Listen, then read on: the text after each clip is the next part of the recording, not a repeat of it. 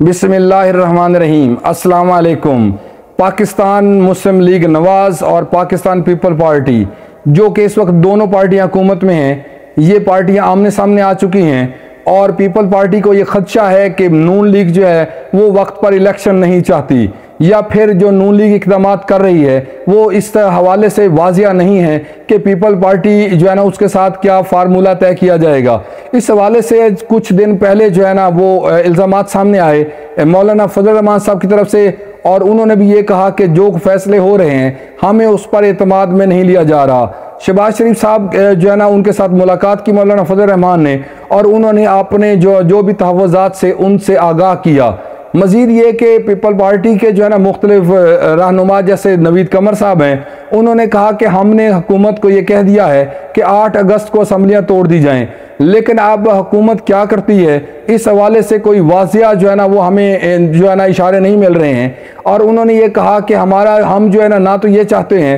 कि हुकूमत जो है ना ये प्रोलॉन्ग करे और 6 महीने मज़ीद ले, और ना ही उन्होंने कहा कि हम ये चाहते हैं कि जो है ना अगर आगे निगरान हुकूमत आए और निगरान हुकूमत जो है ना इलेक्शन कराने के बजाय 6-7 महीने वो मुसल्लत होकर बैठी रहे। अब ये सूरत हाल बड़ी जो है ना दिलचस्प है, क्योंकि दोनों पार्टियां हुकूमत में हैं और दोनों पार्टियां मुसलसल एक दूसरे से मिल रही हैं। इसके साथ साथ दोनों पार्टियां जो है ना वो एक दूसरे की इत्तेहादी हैं, और अगर ये सूरत हाल उनके दरमियान क्लैश की वजह बनती है तो शायद ये भी हो सकता है कि ये जुलाई और उसके बाद अगस्त के दरमियान 13 अगस्त से पहुँचते पहुँचते अगर उनके दरमियान एतमाद का फुकदान हुआ तो यकीनन 13 अगस्त से पहले भी असम्बलियाँ टूट सकती हैं। इसलिए हुकूमत टूटने का ख़तरा पैदा होने जा रहा है, और ऐसा लगता है कि हुकूमत जो है ना वो अगर इस सूरत हाल के ऊपर डेडलॉक बरकरार रहा और दोनों पार्टियों ने आपस में मुज़ाकरात न किए तो फिर ऐसा ही होगा कि हुकूमत टूट जाएगी और उसके बाद दोनों पार्टियां एक दूसरे के आमने सामने आएंगी, और इस तरह अगले आने वाले इलेक्शन के अंदर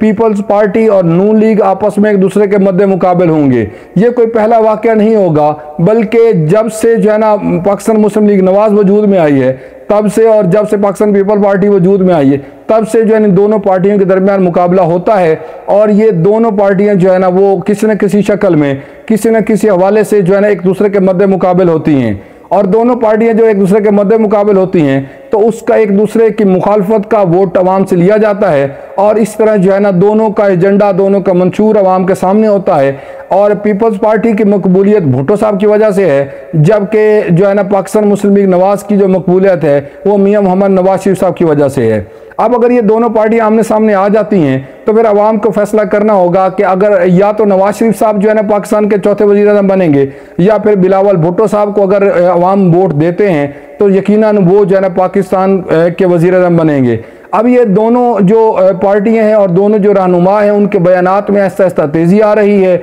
और ऐसा महसूस होता है कि कहीं ना कहीं कुछ न कुछ खिचड़ी पक रही है, और जो कि किसी वक्त भी खुलकर सामने आ सकती है। दोनों पार्टियां बज़िद हैं और दोनों पार्टियों शायद एक दूसरे पर उस हवाले से एतमाद करने के लिए तैयार नहीं हैं, जबकि न कहीं ये भी कहा जा रहा है कि शहबाज शरीफ साहब जो है ना वो इक़्तिदार